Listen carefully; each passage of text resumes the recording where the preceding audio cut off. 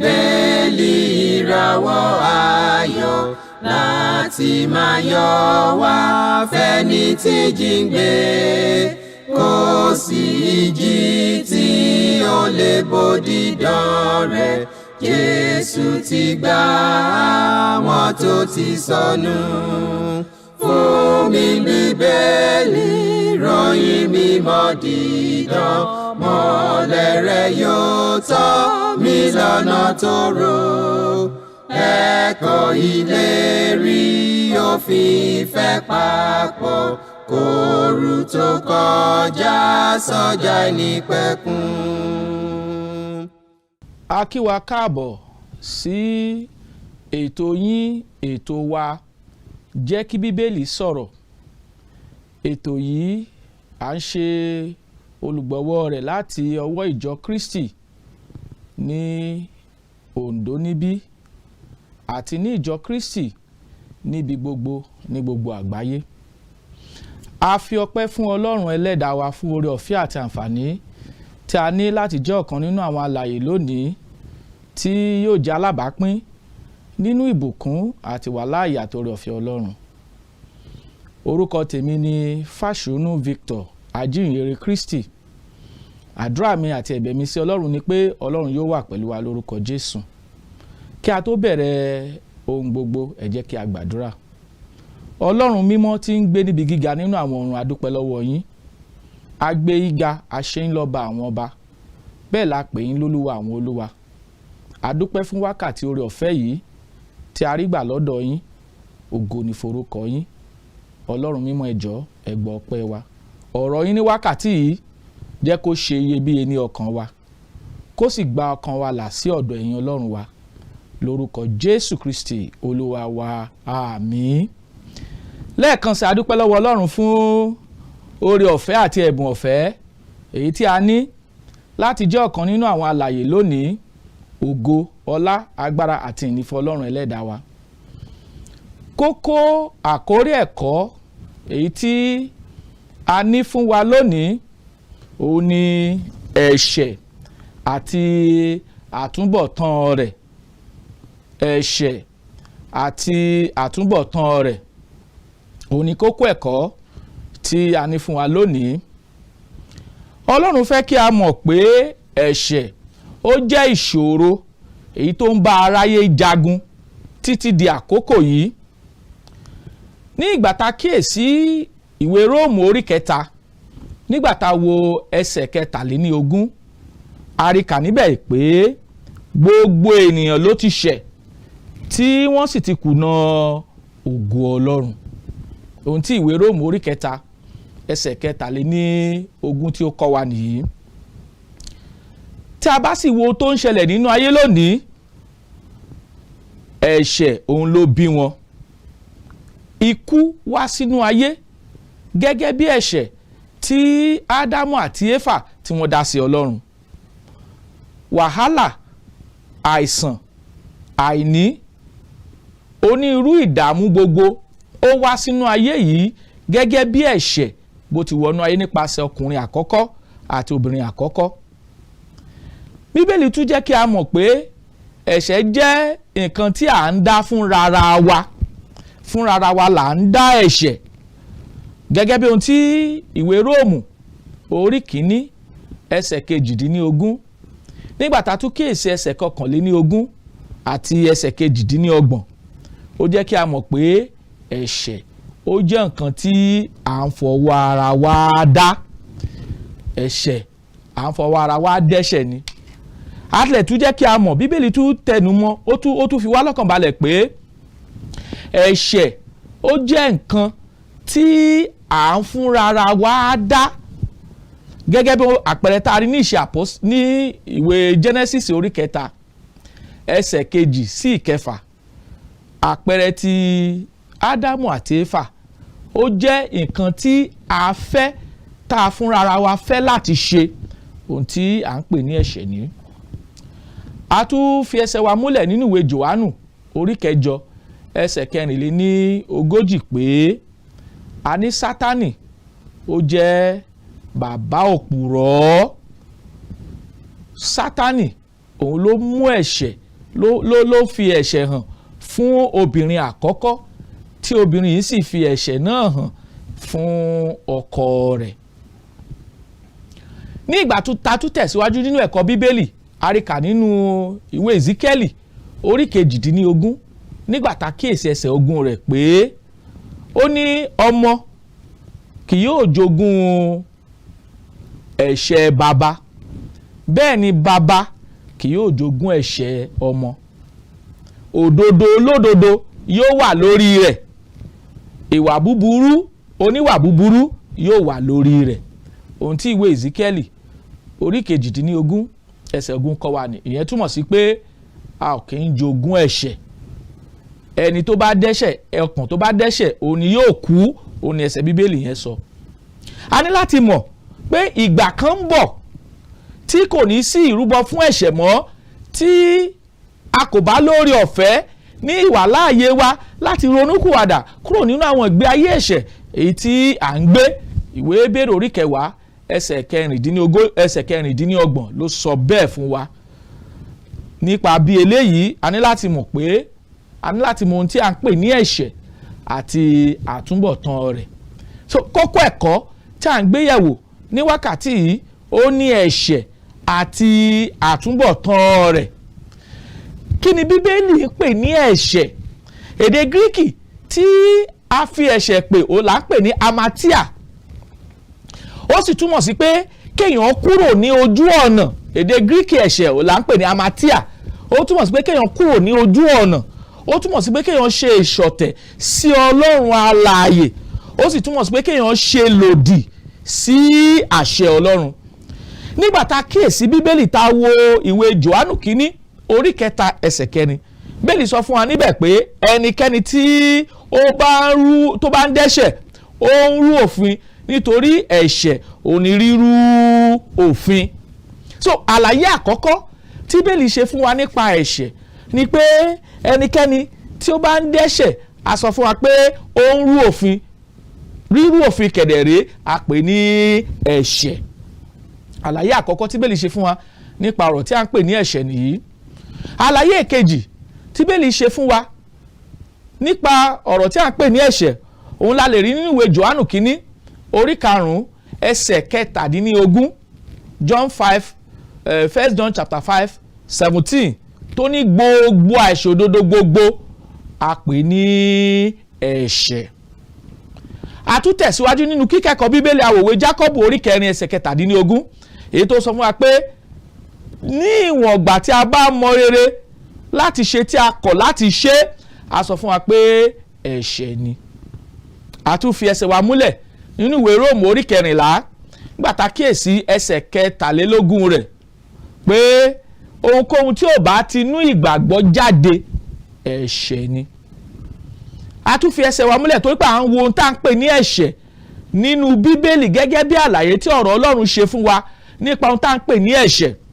nígbà tá a kíyèsí ìwé Òwe orí 24 nígbà tá a kíyèsí ẹsẹ̀ 9 rẹ̀, bíbélì sọ fún wa pé ìrònú aṣiwèrè ó ní ẹ̀ṣẹ̀ ni.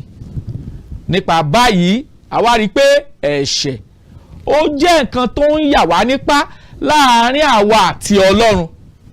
a ti ṣàlàyé ohun tí ẹ̀ṣẹ̀ jẹ́, àlàyé tí ìtumọ̀ tí bíbélì pè ẹ̀ṣẹ̀.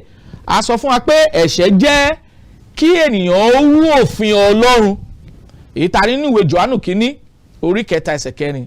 a sọ fún wa pé ẹ̀ṣẹ̀ jẹ́ kí a ṣe ìwà ìṣòdodo gbogbo, èyí tí ìwé Jòhánù kínní orí 5 ẹsẹ̀ 17 kọ́ wa.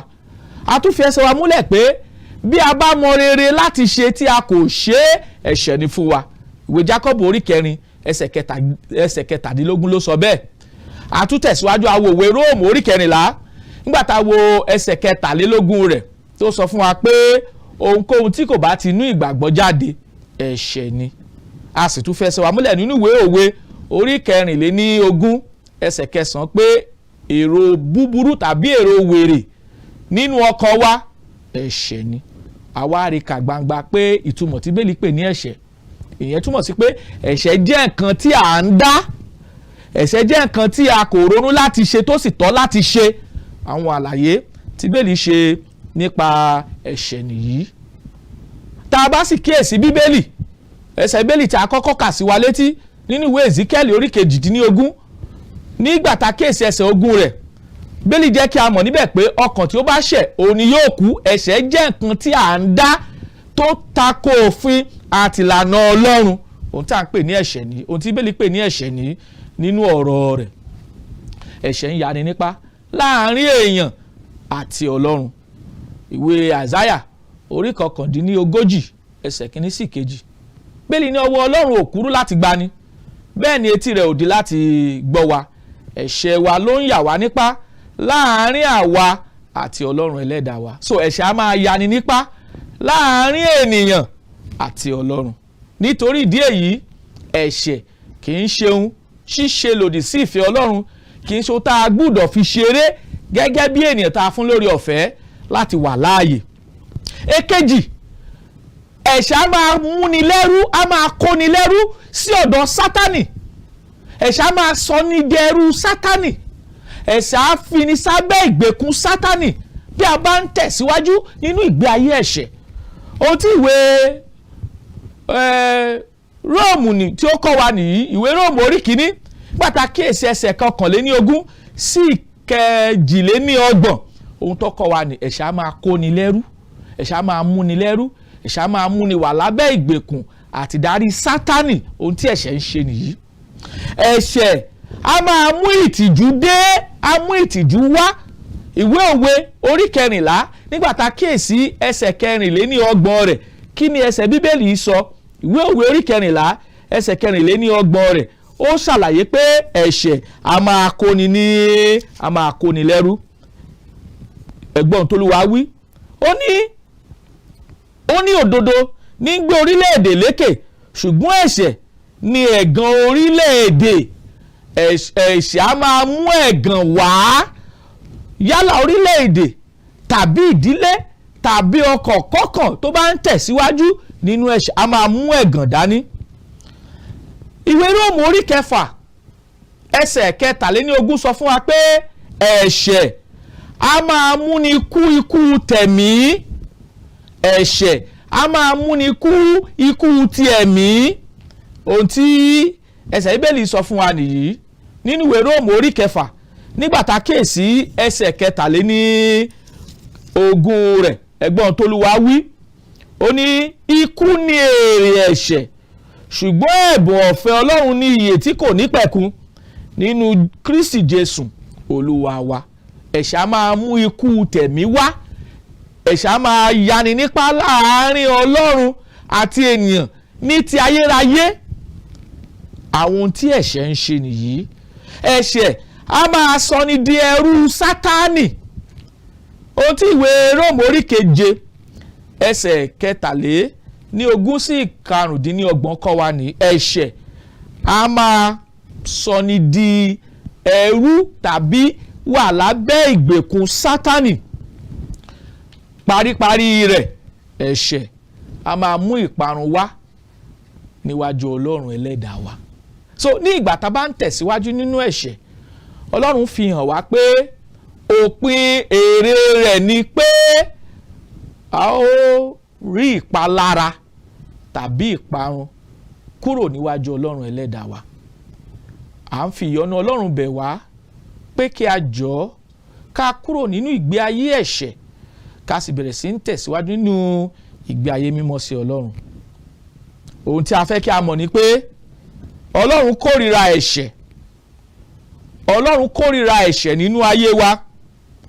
A gbọ́dọ̀ mọ̀ pé ní ìgbàkúgbà tí ènìyàn bá ti dá ẹ̀ṣẹ̀ sí iwájú Ọlọ́run ẹlẹ́dàá rẹ̀, àtúbọ̀tán ẹ̀ṣẹ̀ náà ó lágbára, ó burú jáì, ó sì ń bí ikú.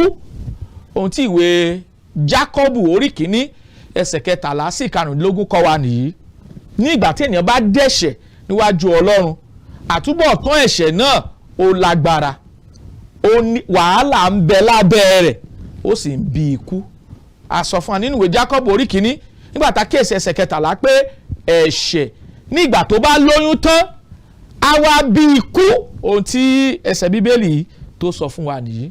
Pàápàá jùlọ ẹ̀ṣẹ̀ tí a kò bá ronúkúwàdà rẹ̀, ẹ̀ṣẹ̀ tí a ò bá ronúkúwàdà rẹ̀ á yà wá nípá láàárín àwa àti Ọlọ́run. Nígbà tá a bá wá ronúkúwàdà ní ìgbà tí ikú bá dé, á wá yà wá nípá ayérayé kúrò ní ọ̀dọ̀ Ọlọ́run ẹlẹ́dàá wa. Ohun tá a rí níwèé ìfihàn orí 21 gbàtà kíyèsí ẹsẹ̀ 8 rẹ̀, a sọ onírú àwọn ènìyàn tí a ó lé kúrò níwájú ìtẹ́ Ọlọ́run bí wọn kò bá dúró nínú òdodo àti ìwà bí Ọlọ́run. So ẹ̀ṣẹ̀ jẹ́ ohun tó léwu fún àwa ènìyàn tá a ń bẹ láàyè lónìí.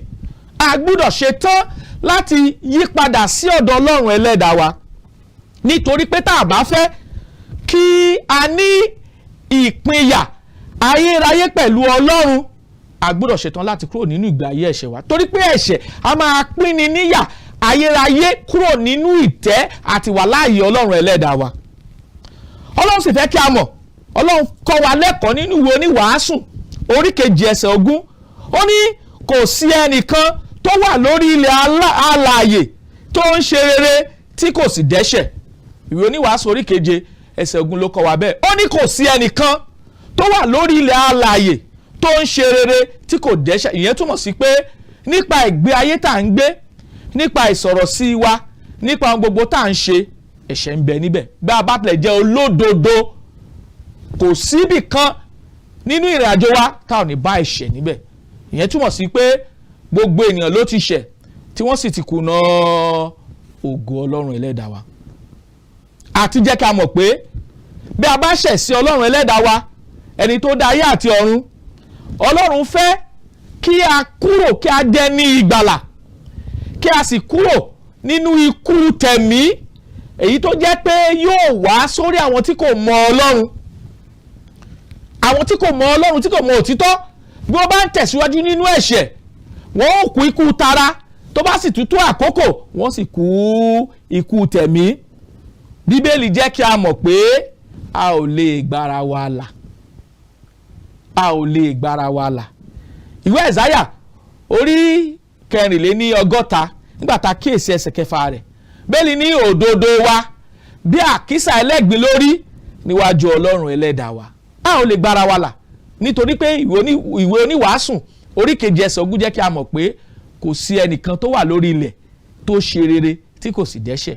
Gbogbo wa lápapọ̀ láti bára wa lọ́nà kan tàbí òmíràn nínú ẹ̀ṣẹ̀. Ẹ má gbàgbé àlàyé tí a kọ́kọ́ sọ. A sọ fún wa pé ẹ̀ṣẹ̀ ó ní kéèyàn rú òfin Ọlọ́run. Ẹ̀ṣẹ̀ ó ní kéèyàn hùwà ìṣòdodo gbogbo. Ẹ̀ṣẹ̀ ó jẹ́ bí a bá mọ rere láti ṣe tí a kò ṣe é. A sọ fún wa pé ẹ̀ṣẹ̀ ni. Ẹ̀ṣẹ̀ ó jẹ́ ohun tí ò ti inú ìgbàgbọ́ jáde, ohun tí ìwé Róòmù orí 14 ẹsẹ̀ 23 kọ́ wa. Ẹ̀ṣẹ̀ sì ń jẹ́ ìrònú wèrè nínú ọkàn wa. Gbogbo nǹkan wọ̀nyí tá à ń pè ní ẹ̀ṣẹ̀ ni. Bá ò bá ṣe tán láti ronú pìwàdà ní tí ikú tara bá dé, a sọ fún wa pé ìyapa yóò dé bá wa kúrò ní ọ̀dọ̀ Ọlọ́run ẹlẹ́dàá wa. So ènìyàn ò lè gbára rẹ̀ là. A ò lè gbára wa là kúrò lọ́wọ́ ẹ̀bi ẹ̀ṣẹ̀, torí Bíbélì ní òdodo wa bí àkísà ẹlẹ́gbin lórí níwájú Ọlọ́run. A ò lè gbára wa là. A nílò olùgbàlà. A nílò olùgbàlà tí a ti rán láti fi ìgbàlà fún ìran ènìyàn. Olùgbàlà yìí òun náà ni ta ni? Òun ni Jésù. Ọlọ́run ti rán Jésù sínú ayé yìí láti wá gbà wá là kúrò lọ́wọ́ ẹ̀ṣẹ̀ àti kúrò lọ́wọ́ ikú tẹ̀mí. Ìwé Tímótì kínní orí kínní nígbà tá kí ẹsẹ̀ 15, ó ní òtítọ́ ni ọ̀rọ̀ náà, ó sì yẹ fún ìtẹ́wọ́gbà pé Jésù Kristi wá sínú ayé yìí láti wá gba ẹlẹ́ṣẹ̀ là nínú èyí tí mo jẹ́ àgbà. So òtítọ́ ni ọ̀rọ̀ náà pé a ò lè gbára wa là kúrò lọ́wọ́ ẹ̀bi ẹ̀ṣẹ̀. A ò ní òdodo kan tá a lè fi gbára wa là kúrò lọ́wọ́ ẹ̀bi ẹ̀ṣẹ̀ àfi kí a tẹríba fún òdodo Ọlọ́run nípasẹ̀ Jésù Kristi. Jésù náà ni Ọlọ́run rán láti wá jẹ́ ètùtù fún ẹ̀ṣẹ̀ wa, gẹ́gẹ́ bí ohun tí ìwé Jòhánù kínní orí 2 ẹsẹ̀ 2 kọ́ wa. Ó ní òun la fi ṣe ètùtù fún ẹ̀ṣẹ̀ wa, kì í ṣe ẹ̀ṣẹ̀ wa nìkan bí kò ṣe ẹ̀ṣẹ̀ gbogbo aráyé pẹ̀lú. So àti rán Jésù Kristi ìwé Jòhánù orí 3 ẹsẹ̀ 4 ló sọ fún wa pé nítorí Ọlọ́run fẹ́ aráyé tó bẹ́ẹ̀ gẹ́ tó fi ọmọ bíbí rẹ̀ kan ṣoṣo fún ni pé ẹnikẹ́ni tí ó bá gbà á gbọ́ kí ó má ṣe ṣègbé ṣùgbọ́n kó ní ìyè àìnípẹ̀kun. Jésù Kristi nìkan òun ló lágbára, ló jẹ́ olódodo tó lágbára láti borí ẹ̀ṣẹ̀ nínú ayé wa tó sì lè sọ wá di ẹni mímọ́ àti ẹni pípé níwájú Ọlọ́run ẹlẹ́dàá wa. So Jésù ti wá sínú ayé nígbà tá a ké sí ọ̀pọ̀lọpọ̀ àsọtẹ́lẹ̀ àwọn wòlíì lábẹ́ májẹ̀mú láéláé, a rí pé a fi hàn wá gẹ́gẹ́ bí ìránṣẹ́ tí ó wàá jìyà, tí ó wàá kú fún ẹ̀ṣẹ̀ àti àìṣòdodo ọ̀pọ̀lọpọ̀ àwọn ènìyàn gbogbo. Àrí eléyìí nínú ìwé Mátíù orí 1 ẹsẹ̀ 19 pé Jésù a ó rán láti wá gba àwọn ènìyàn rẹ̀ là kúrò nínú ẹ̀ṣẹ̀. Ohun tá a rí nínú ọ̀rọ̀ Ọlọ́run nìyí pé Jésù ni òdodo Ọlọ́run, òun la fi ṣe òdodo. Kò sí ẹnìkan tó wà lórí ilẹ̀ alààyè tí kì í dẹ́ṣẹ̀, gẹ́gẹ́ bí ohun tí ìwé Oníwàásù orí 2 ẹsẹ̀ 20 sọ fún wa pé gbogbo wa kò sí bá a ṣe lè jẹ́ olódodo tá à ń hùwà rere tó tá a kì í dẹ́ṣẹ̀. Ohun tọ́lọ́run sọ nìyí. Ṣùgbọ́n Jésù Kristi nìkan la rán láti wá ṣe ètùtù fún ẹ̀ṣẹ̀ wa àti láti wá fi ọ̀nà ìgbàlà àtọ̀nà ìdáǹdè Ọlọ́run láti fi hàn wá. Kó tó sáà yìí, Jòhánù onítẹ̀bọmi, kí ni ẹ̀rí tí Jòhánù onítẹ̀bọmi sọ nípasẹ̀ Jésù Kristi? Nínú ìwé Jòhánù kínní, ìhìnrere ti Jòhánù kínní orí 1 ẹsẹ̀ 29 kí l'Olúwa wí? Kí ni Jòhánù wí? Jòhánù sọ pé èyí ni àgùntàn Ọlọ́run tó wá sínú ayé láti wá kó ẹ̀ṣẹ̀ aráyé lọ. Èyí ni àgùntàn Ọlọ́run tó wá sínú ayé láti wá kó ẹ̀ṣẹ̀ aráyé lọ. A nílò láti gbàgbọ́ nínú ẹ̀rí yìí, ẹ̀rí pé Jésù Kristi òun ni àgùntàn náà tí a rán láti wá kó ẹ̀ṣẹ̀ aráyé lọ. A gbọ́dọ̀ gbàgbọ́ ẹ̀rí yìí, ẹ̀rí tó dájú ni. Ní ìgbà tí Jésù Kristi fúnra ara rẹ̀ dé, ẹ wo tó kọ́ wa ní ìwé Mátíù orí 20 nígbà tá a kíyèsí ẹsẹ̀ 28 rẹ̀. Mátíù orí 20 nígbà tá a kíyèsí ẹsẹ̀ 28 rẹ̀, kí l'Olúwa wí? Ohun tó Olúwa sọ nìyí. Ó ní àní gẹ́gẹ́ bí ọmọ ènìyàn kò ti wá kí a ṣe ìránṣẹ́ fún, bí kò ṣe láti ṣe ìránṣẹ́ fún ni, láti fi ẹ̀mí rẹ̀ ṣe ìràpadà ọ̀pọ̀lọpọ̀ ènìyàn. Ẹ̀rí tó ti ẹnu Jésù Kristi jáde nìyí. A fi ẹ̀mí rẹ̀ ṣe ìràpadà ọ̀pọ̀lọpọ̀ ènìyàn. Jésù tún jẹ́ kí a mọ̀ nínú ìwé Jòhánù kínní orí 3 nígbà tá a kíyèsí ẹsẹ̀ 5 rẹ̀, a sọ fún wa pé Jésù farahàn láti wá kó ẹ̀ṣẹ̀ aráyé lọ. Jòhánù kínní orí 3 ẹsẹ̀ 5 ó ní ẹ̀yin sì mọ̀ pé òun farahàn láti mú ẹ̀ṣẹ̀ kúrò, ẹ̀ṣẹ̀ kò sì sí ní inú rẹ̀. Fún ẹbọ kó lè ṣe ìtẹ́wọ́gbà níwájú Ọlọ́run, ó gbọ́dọ̀ jẹ́ mímọ́, ó sì gbọ́dọ̀ jẹ́ aláìléèrí. Bíbélì tilẹ̀ sọ fún wa nípasẹ̀ Jésù pé òun ni ẹni tí a ṣe ní àṣepé. Ìwé Hébérù orí 5 ẹsẹ̀ 9 ló fẹsẹ̀ wá múlẹ̀. Nígbà tá a sì kíyèsí ìwé Jòhánù kínní orí 3 ẹsẹ̀ 5, a sọ fún wa pé kò sì sí ẹ̀ṣẹ̀ nínú rẹ̀. Ohun tí Bíbélì sọ nìyí. Kí ìrúbọ kó tó lè ṣe ìtẹ́wọ́gbà níwájú Ọlọ́run gbọ́dọ̀ jẹ́ ìrúbọ tó jẹ́ mímọ́ tó sì jẹ́ aláìléèrí. Jésù ó ní ìrúbọ, ó ní àgùntàn tí a fi rúbọ fún ẹ̀ṣẹ̀ wa. Èyí tí Jòhánù kínní orí 29 kọ́ wa. Kí ni ẹ̀rí tí Pétérù sọ? Pétérù sọ nínú ìwé Pétérù kínní orí 2 ẹsẹ̀ 22 pé òun ni ẹni tí a fi ṣe ètùtù fún ẹ̀ṣẹ̀ wa, ẹni tí kò mọ ẹ̀ṣẹ̀ rí, kí a lè jẹ́ òdodo Ọlọ́run nínú rẹ̀. Ohun tí Bíbélì sọ fún wa nìyí. Òun ni ẹni tí kò mọ ẹ̀ṣẹ̀ rí tí a fi ṣe ẹ̀ṣẹ̀ fún wa, kí àwa kí ó lè jẹ́ òdodo Ọlọ́run nínú rẹ̀. Ohun tí Bíbélì sọ nìyí. Jésù ní gbogbo ọ̀nà a dán wò gẹ́gẹ́ bí a ti dán wa wò tí àwa sì ṣubú sínú ẹ̀ṣẹ̀. Wọ́n Jésù Kristi la dán wò tí kò ṣubú sínú, tí kò ní ẹ̀ṣẹ̀ kẹ̀ṣẹ̀ kan. Ìwé Hébérù orí 4 ẹsẹ̀ 15 ló kọ́ wa bẹ́ẹ̀. Ní tá à ń sọ ni pé ìrúbọ Jésù Kristi ó ní ètùtù fún ẹ̀ṣẹ̀. à ń sọ̀rọ̀ nípa ẹ̀ṣẹ̀ àti àtúbọ̀tán rẹ̀, a sì wo àlàyé tí Bíbélì ṣe nípa ẹ̀ṣẹ̀, a sì jẹ́ kí a mọ̀ pé Jésù Kristi la fi ṣe ètùtù fún ẹ̀ṣẹ̀ wa nítorí pé ó jẹ́ mímọ́, ó jẹ́ pípé, ó sì jẹ́ ìrònú àti òdodo Ọlọ́run. So Jésù Kristi òun la fi ṣe ètùtù fún ẹ̀ṣẹ̀ gbogbo wa. Jésù ń kú, ó sì kú fún gbogbo wa. Ẹ̀rí yìí ẹ̀rí tó dájú ni. Gẹ́gẹ́ bí a ti sọ ṣáájú, ẹ wo ohun tí ìwé Jòhánù kínní orí kejì ẹsẹ̀ kejì. Ó ní òun sì ní ètùtù fún ẹ̀ṣẹ̀ wa, kì í ṣe ẹ̀ṣẹ̀ wa nìkan bí kò ṣe ẹ̀ṣẹ̀ gbogbo aráyé. Nípasẹ̀ Jésù Kristi, nípasẹ̀ Jésù àti ikú rẹ̀, ó ní a fi ṣe ìràpadà àti ìlàjà láàárín ènìyàn àti Ọlọ́run. Nípasẹ̀ ikú Jésù Kristi, ó la fi ṣe ìlàjà láàárín ènìyàn àti Ọlọ́run. Eléyìí gbọ́dọ̀ yé wa. Ọlọ́run ti gbé ọ̀nà àbáyọ kalẹ̀ fún wa láti borí agbára àti ẹ̀bi ẹ̀ṣẹ̀ nínú ayé wa. Ọlọ́run nífẹ̀ẹ́ wa, ṣùgbọ́n kò nífẹ̀ẹ́ ìgbé ayé ẹ̀ṣẹ̀ tí à ń gbé. Ọlọ́run fẹ́ ká bọ́ lọ́wọ́ ẹ̀bi ẹ̀ṣẹ̀. Ọlọ́run fẹ́ ká bọ́ lọ́wọ́ ìgbé ayé ẹ̀ṣẹ̀. Ọlọ́run fẹ́ ká mọ Ọlọ́run nípasẹ̀ Jésù Kristi. Ọlọ́run fẹ́ ká dúró nínú òtítọ́ rẹ̀. Bí a bá wá sọ́dọ̀ Jésù Kristi lónìí, a sọ fún wa pé àwọn ẹ̀ṣẹ̀ tí ń bẹ nínú ayé wa yóò kúrò. Bí a bá wá sọ́dọ̀ rẹ̀, àwọn ẹ̀ṣẹ̀ tí ń bẹ nínú ayé wa yóò kúrò. Kí ni ìwé Gàlátíà orí 5 nígbà tá kíyèsí ẹsẹ̀ 19 rẹ̀ kí ló kọ́ wa nípa àwọn iṣẹ́ ti ara?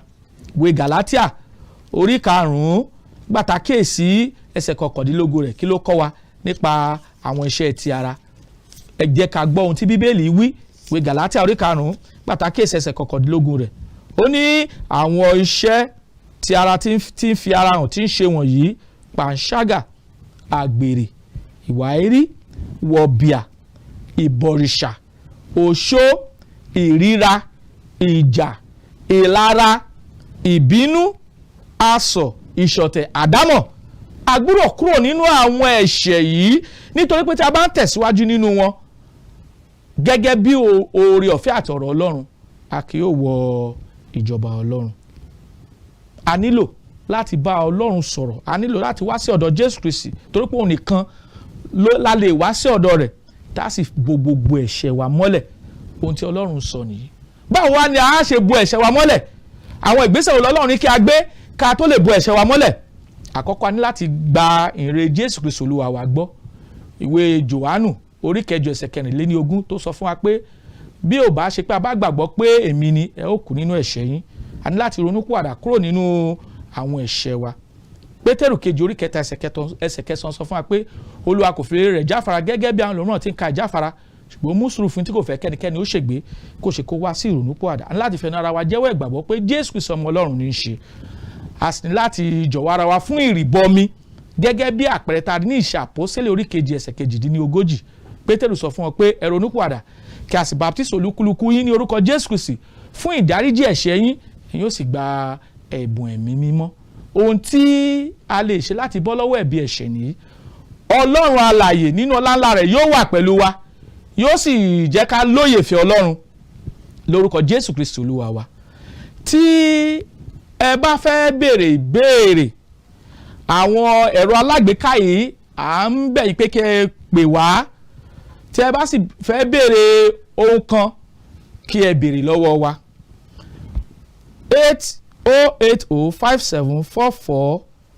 08057444902 tàbí 08065717023.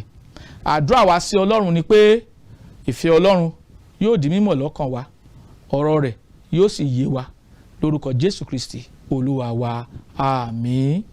Fún mi ní Bíbélì ìràwọ̀ ayọ̀ láti máa yọ̀ wá fẹ́ni tí jíǹgbé, kò sí ìjì tí ó lè bòdì dán rẹ̀. Jésù ti gbà àwọn tó ti sọnù. Fún mi Bíbélì ìròyìn mímọ́ dídán, mọ́lẹ̀ rẹ̀ yóò tọ́ mi lọ́nà tóóró. Ẹ̀kọ́ ìlérí òfin ìfẹ́ papọ̀, kóòrù tó kọjá sọ́jà ìnípẹ̀kun.